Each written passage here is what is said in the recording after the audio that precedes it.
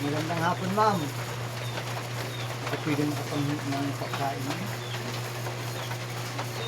Ito, mabubuti na. Kuya, anak ang katawan mo. Magtrabaho ka. Hindi, may karamdaman ako. Ba't wala ka ba mga anak, kuya? Asan po mga... Matanda ano na sila, kanya-kanya na sila pamilya. Hindi ko na Anak mo, matagpuan kuya, ng saan? iba. Baka pwede makapamit. Kuya, ang lakas mo pa. Dapat inasikaso ka ng mga anak ko. May sakit ka pala. Saan ba kayo galing?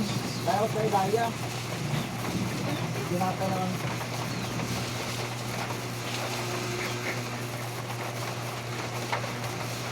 Bakit ba kayo ng kape? Ay, wala nang laman yan, kuya. Pati pa naman kape, hindi mo pa.